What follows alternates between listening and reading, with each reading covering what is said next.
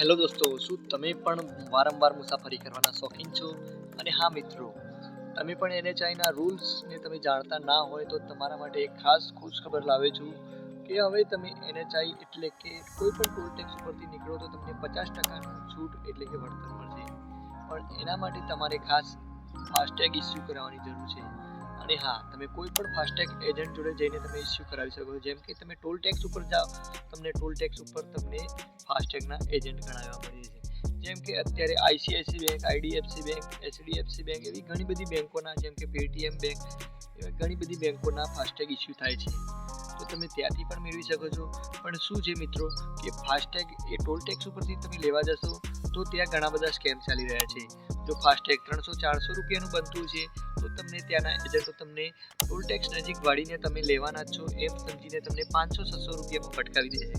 અને તમે ડબલ પૈસા ચૂકવવાની આ ઝંઝટમાંથી છૂટવા માટે તમે એને 500-600 રૂપિયા વધારે આપવાના છો. તો હા મિત્રો, તમે ઘરે બેઠા પણ ફાસ્ટેગ ઇસ્યુ કરી શકો છો. એ પણ કોઈ પણ પ્રકારના વધારના પૈસા આપ્યા વિના.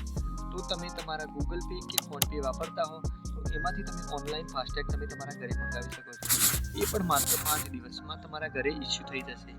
તો હા મિત્રો, એના માટે ફાસ્ટેગ ઇસ્યુ કરવા માટે શું ડોક્યુમેન્ટ જોઈશે? તો એના માટે તમે તમારી ગાડીના RC બુક, આધાર કાર્ડ તમારું, પ્લસ તમારી જે મોબાઈલ નંબર હોય એનું તમારે રજિસ્ટ્રેશન કરવાનું રહેશે. અને હા મિત્રો, આ ફાસ્ટેગ તમારે અઠવાડિયે તમારા ઘરે પહોંચી જશે.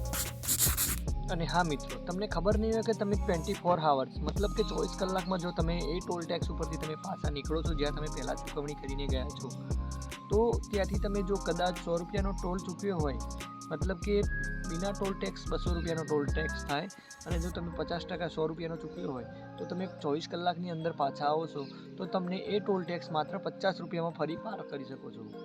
અને હા મિત્રો, આવી માહિતી જાણવા માટે મારી આ ચેનલને અત્યારે સબસ્ક્રાઈબ કરો, લાઈક કરો, કોમેન્ટ કરો.